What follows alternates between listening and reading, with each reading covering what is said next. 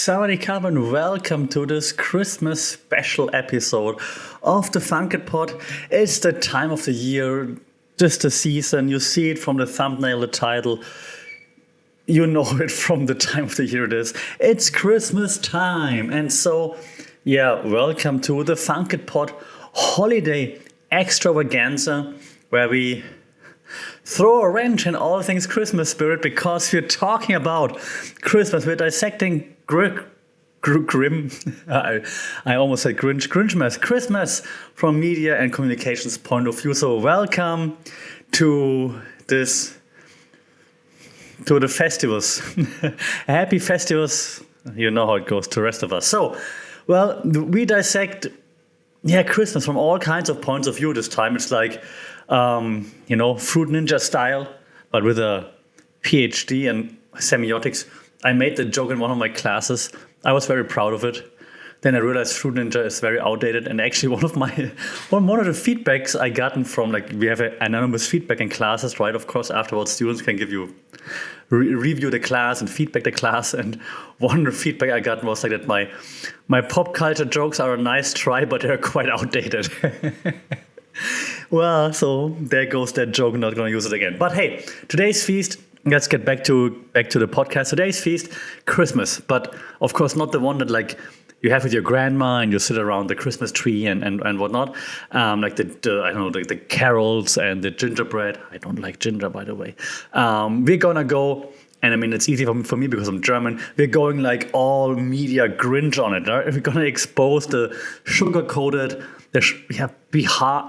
PR machine behind that big red jelly, man. That, by the way, we don't like that much in Germany. In Germany, Santa Claus isn't coming to town. We have, how do we say it in English, actually? We have the Christmas angel, I think.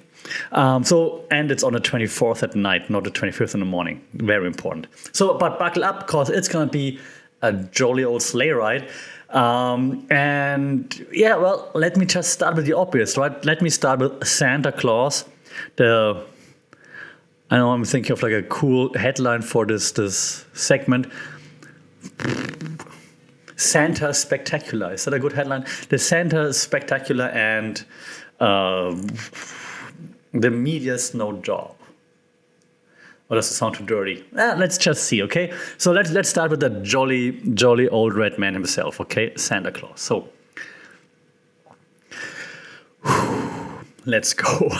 So this we all know Santa Claus, there's this portly North Pole dwelling philanthropist, if you will. He's the golden goose, right? The media's golden goose. Even in Germany, where we don't celebrate Santa Claus, we have Saint Nicholas. Is it in English? Saint Nikolaus, on December 6th, where you get small gifts usually. It's gotten a bit out of hand as of late, but usually it's just some small gifts. And then on the 24th, the Christmas angel comes, okay? Saint Nicholas on the 6th of December is based on this actual Christian Catholic saint, Nicholas, who, and if I left the Catholic Church a long time ago, but I hope I still get it right. So he back then was I think a priest or something, and he was going around the city and just giving gifts, whatever, to the people in need. I think he even cut his coat or something, as the story goes. I think that's the dude. Anyway, so based on a real guy, Santa Claus is not real. Okay, but let's talk about it. Okay, let's talk about it.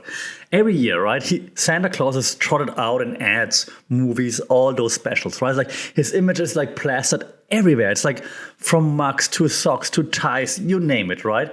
So we have to unpack this manufactured merriment, Santa is the ultimate consumerist icon, in my opinion, or is it? Let me explain. So it turns quite out that it's the nice list, right? And I hope you can follow me, is basically a data mining operation, right? Fueled by wish lists and cookies, technically a form of surveillance. No one's asking me.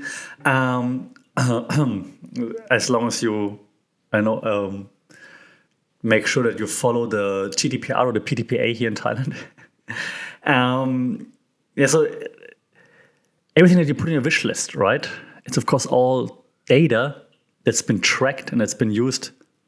I don't want to say against you, but you know what I'm saying, like for targeted advertisement and so on, right? And well, don't let me don't let me get started on the reindeer, right? I mean, talk about exploiting pets and stuff, right? Yeah, Rudolph's red nose, probably from overexertion, pulling that heavy ass sleigh with all the gifts that he stole somewhere. Yeah, Blitzen on antidepressants, I wouldn't be surprised. But okay, back.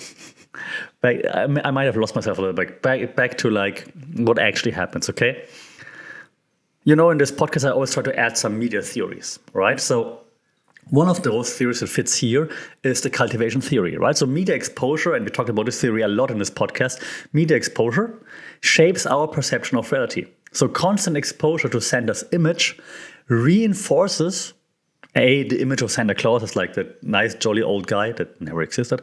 But it also reinforces consumerism and unrealistic expectations, because you see that everyone's getting gifts all the time and it's the season of gift giving and so on. So you're like, yeah, well, I guess I have to give gifts and buy gifts. So yeah, it reinforces consumerism and unrealistic expectations, because now everyone expects Christmas to be like, oh, I get lots of gifts and I give lots of gifts. It's gotta be like in like those TV shows, for example, right? So that's what actually happens thanks to the cultivation theory, especially in this case now, Christmas style, okay? So that's why I'm hating on Santa, not because of like, well, actually also because he exploits pets, of course. So, yeah, if we analyze Santa's transformation from this religious figure that I talked about, right, Saint Nicholas, to a Coca-Cola mascot. And to be honest, Melanie Thornton's Coca-Cola Christmas song, still my favorite Christmas song. So not necessarily hating on it, but hating on it. So if you look at like how marketing psychology, right, plays a role in his design. And so the way he looks, the way the stories are being told, it's of course all by design, right? Of course, jolly old, big, fat, like chubby guy, old guy, like, oh yeah, trustworthy and all those things, right? It's all designed on purpose. It's not just like, oh, how did it happen? Like, I kind of promise you that probably Saint Nicholas did not look like Santa Claus. Okay. So this jolly philanthropist in an ad, and then you have the malls, which is nice to see, but of course also reinforces all those stereotypes. And then, I mean, you have the mall Santa that just tries to make you go buy stuff, right? Oh, have you been a good girl? Yeah, okay, and your parents gonna buy you this and that. So this whole narrative around Santa Claus, very much reinforced, of course, to make us buy stuff, consume stuff, and so on, and so on. And let's just continue with the malls and everything, right? Let's continue like Hallmark, for example. Like, I'm sticking with like my metaphors, or like my funny and I know. I call it to my students as funny in quotation marks. I'm gonna call it the Hallmark hoedown right now, okay? Because it's Christmas is the war on singleness. And before I elaborate, actually, right today, okay, while I'm recording, the biggest German news agency, news show on TV, published something on Instagram, like a slideshow, basically, where they tell you numbers or like Zoom links that you could follow, call, click on if you're feeling lonely during Christmas and during New Year. Yeah, because Christmas, as I said, the war on singleness, okay? So let's just waltz into like that Hallmark hall of cliches, okay? Like Christmas is all about like finding your perfect match. And yes, I do. I also had a crush on Keira Knightley, okay? Back in Love Actually, for example. Who hadn't?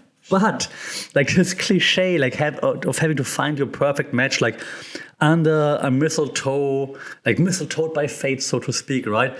Like singing like Christmas, you know, brace yourself of a like barrage of movies portraying you as a lonely loser, like yearning for a happily ever after with a stranger you've never met before, right? Like you gotta meet someone while ice skating, bumping into each other, like, oh, love forever. Yeah. I hate to break it to you, but you might not get the CEO at the end, like, you bump into that guy ice skating. It turns out it's like a multi-millionaire or multi-billionaire son of a CEO or whatever. Not going to happen. It's like the media is trying to gaslight us into believing singlehood is like a disease, only like curable by holiday romance. And newsflash, being single at Christmas is perfectly fine, okay? And frankly, who wouldn't trade like awkward like family dinners for like, let's be honest, eggnog-fueled Netflix marathons? Let's be honest, what's more fun? Exactly, right? Okay, so a theory that we can apply here, that applies here, is the social comparison theory, okay? Why? Because we constantly compare ourselves to others, okay? And media portrayals of like happy couples at Christmas, they exacerbate like those feelings of loneliness and, I know, inadequacy, like for singles, okay? So we compare ourselves, if we're single, we compare ourselves to others and like, oh, look, they're all happy, they're couples, so I have to, like, if I'm not a couple, I can't be happy, okay? So you could look into like those formulaic plot lines of like those Hallmark Christmas movies, right? Like you see like those recurring tropes, right? The happily ever after stuff, like Love Actually, fantastic movie, but it's the same shit every time, okay? So you can see that those narratives, they reinforce like mostly heteronormative leads, of course, or ideals, and pressure singles to conform to like a specific romantic narrative. All right. Yeah. So if you look at like those Christmas movies, like how they portray singlehood, like mostly not in a positive way. Right? There are a few that might do it. Bridget Jones' Diary is like a classic, of course. Single All the Way is another one. But most of the movies are like sticking to the narrative because it's successful. Right. And well, now if we take another step to the gift grab and the commercial caroling, because it just like is like the next door neighbor to that, in my opinion, because how do I get like a smooth transition to not look like the biggest Grinch ever? I don't know. Maybe I'm the biggest Grinch ever, but yeah, if you look at like the piece de resistance, like of this media fueled Christmas insanity, right? The gift giving frenzy. Okay, like remember the joy of giving? Like it's not better to give than to receive, right? Yeah, sure. It's buried under the mountains of commercials, reminding you that your love is measured in the size of your credit card bill. Like, gifts are only worth something if you really spend on it. Okay, so don't get me wrong. Like thoughtful gifts are amazing, right? They're lovely. It's the best thing. But the media turns Christmas into like this shopping mall brawl for the hottest toys and the best gadgets. It's like a never-ending cycle of desire, consumption, and landfill waste, to be honest, right? So maybe this year, instead of battling over the last Furby 2.0, there we go with my outdated pop culture references. We could focus on like experiences, like acts of kindness, or even maybe, hey, crazy idea, like homemade gifts, like just a crazy radical thought here, but how about it, right? So what theory fits in here? Clearly, agenda setting theory. We talked many times about it, right? The media prioritizes like certain issues and shapes public opinion by focusing on specific storylines. The storyline being, you have to get the latest gadget, the latest gift, the latest toy, the latest whatever. That's the only way to be happy, to make your loved ones happy, and so on. Like clearly an advertising move, right? So if you look at like Christmas commercials and those marketing campaigns in those commercials, you can see how they focus on material possessions, how they can try to create like a sense of urgency and scarcity around gift giving, like get it now before it's so late and so on. Yeah, and this of course boosts the economy in a short-term perspective. That's why they do it, but there are, of course, also consequences to it. Like, for example, environmental consequences that no one thinks about during Christmas, right? So this consumerist emphasis, of course, has a huge carbon footprint, for example, but of course, no one cares or thinks about it. And so if you look at traditional Christmas commercials promoting like expensive toys to like ads that maybe encourage charitable giving or sustainable gift giving, which ones have you seen more? Yeah, of course. So, okay, let me just Grinch it all up, okay? And then I promise I'm gonna be in a better Christmas mood. But it's just a bit frustrating that this happens like year after year after year, and it just seems to like always be turned up more, right? But hey, I'm gonna, like I said, going full Grinch, but I try to actually also put a positive spin on it. Because as you know, the Grinch doesn't hate Christmas, he just hates the people that celebrate Christmas the wrong way. So, here we go. Enough negativity for now. I hope. So the point isn't to ditch Christmas, of course, right? The point is to be mindful media and communication, to be mindful of the media's manipulation. So yeah, remember that Christmas is about family, friends, and maybe a little bit of magic. Okay, mostly eggnog, but still maybe a little bit of magic, okay?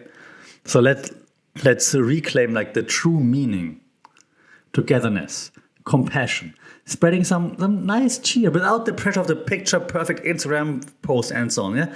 So isn't that what Christmas should be about? God, that sounds so cheesy right now, but it is, right? So yeah, try to create your own media narrative, maybe. Like ditch those commercial carols, like bake some cookies with your loved ones. And it can be friends. You don't need to have like the perfect partner that's waiting under the mistletoe, okay? And sing some maybe slightly off-key, at least that's what I do, carols off camera.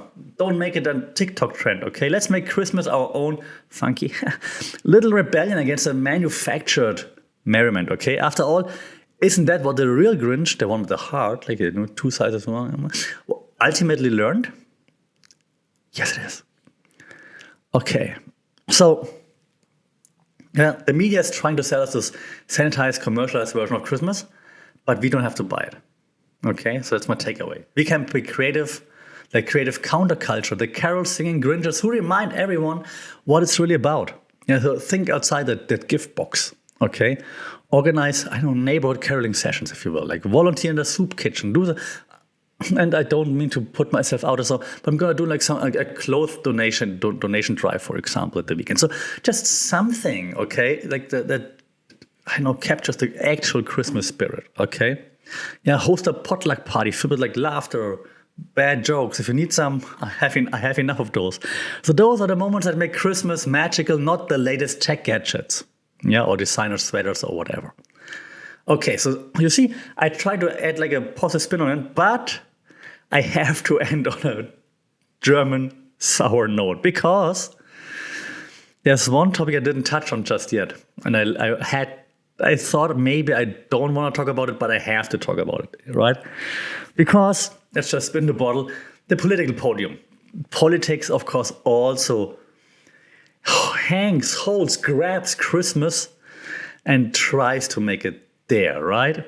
So, Grinch gang, the reindeer games hasn't begun yet. So Christmas is, of course, also like a prime playground for politicians and news outlets.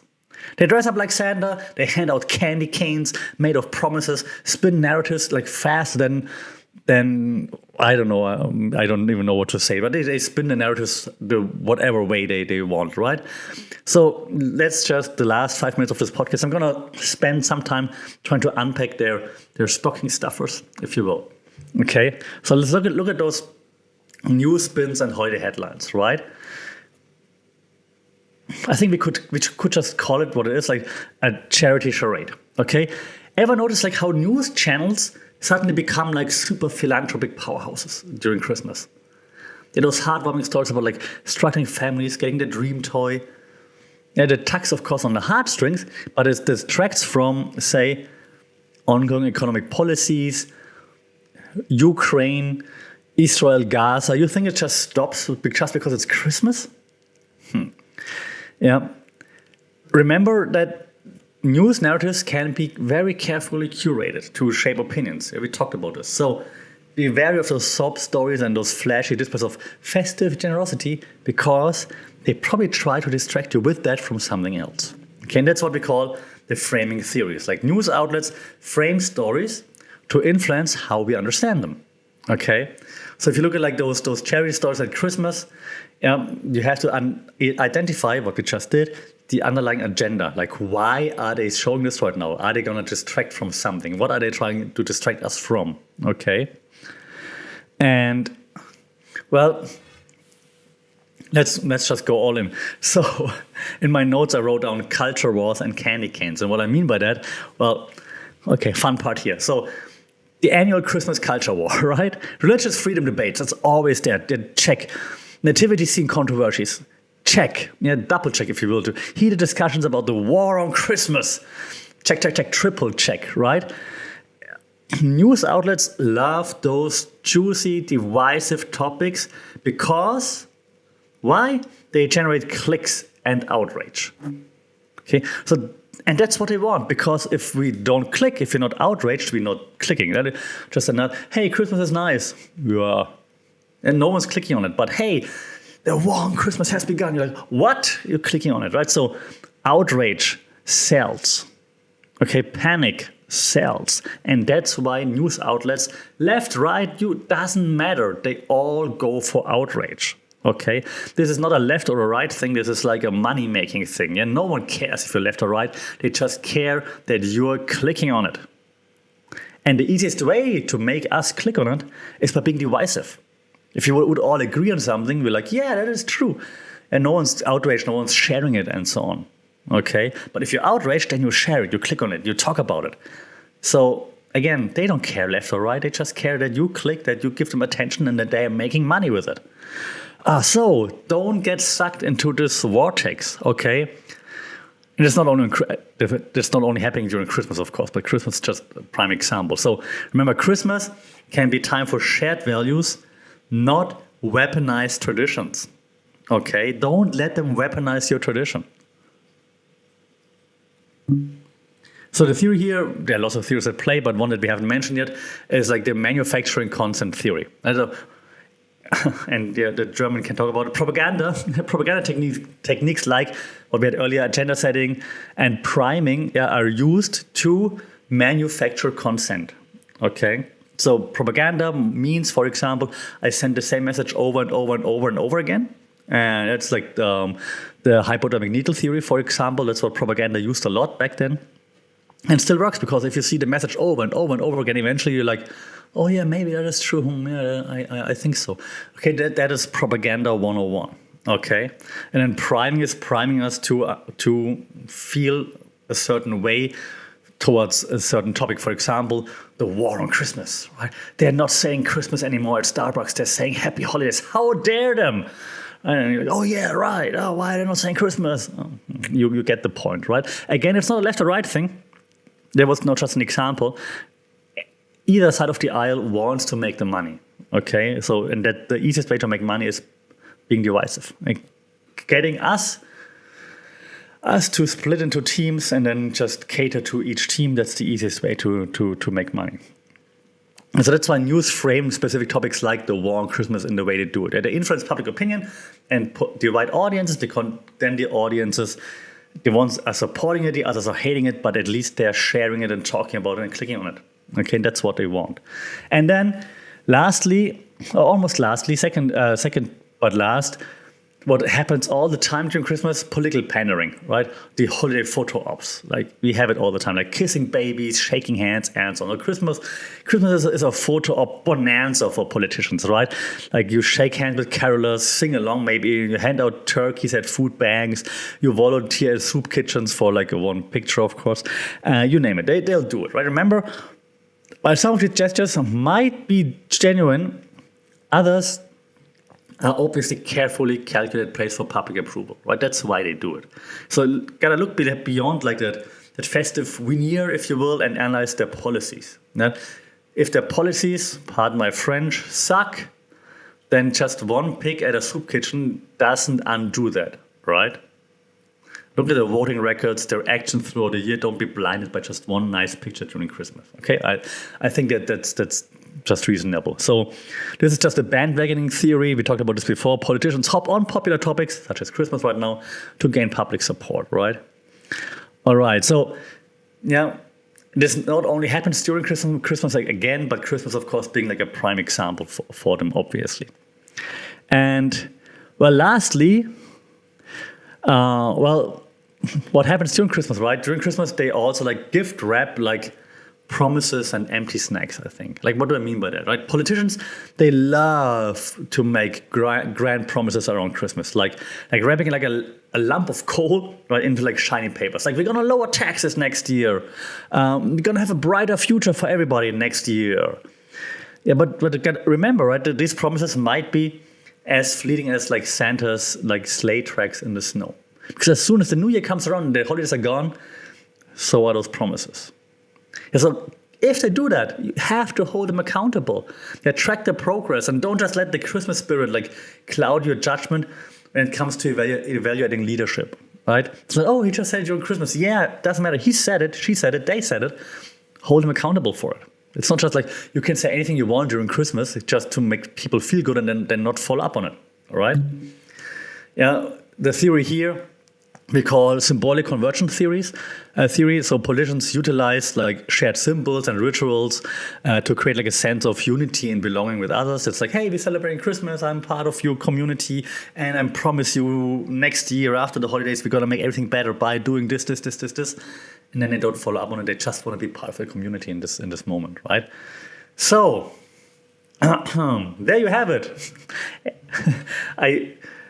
I kind of like try to have some positive spin on it during the episode, and then at the end we Grinch it up one more time. But we just had to talk about it, right? So Christmas it's not a warm Christmas, but it's a battleground. But wait, for not just elves and snowmen, obviously, but news teams and politicians.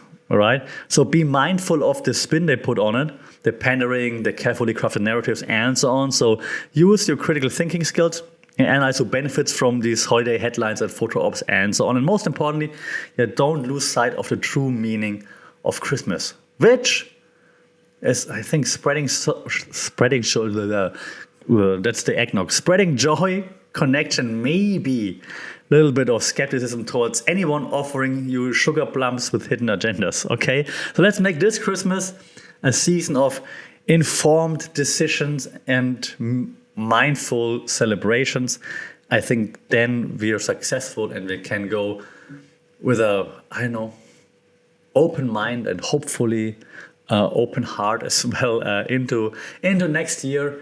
And let's be honest, this year wasn't it great, but therefore next year gonna be much better. I have the feeling 2024 is gonna be amazing. I sound like a motivational speaker. It's gonna be amazing. But hey, hope dies last. So hopeful for a happy new year. Until then, wishing you all, of course, happy holidays. And yes, I said holidays because, of course, not everybody is celebrating Christmas. So hey, happy holidays. Enjoy the time between the years. I hope if you're going on holidays, enjoy those.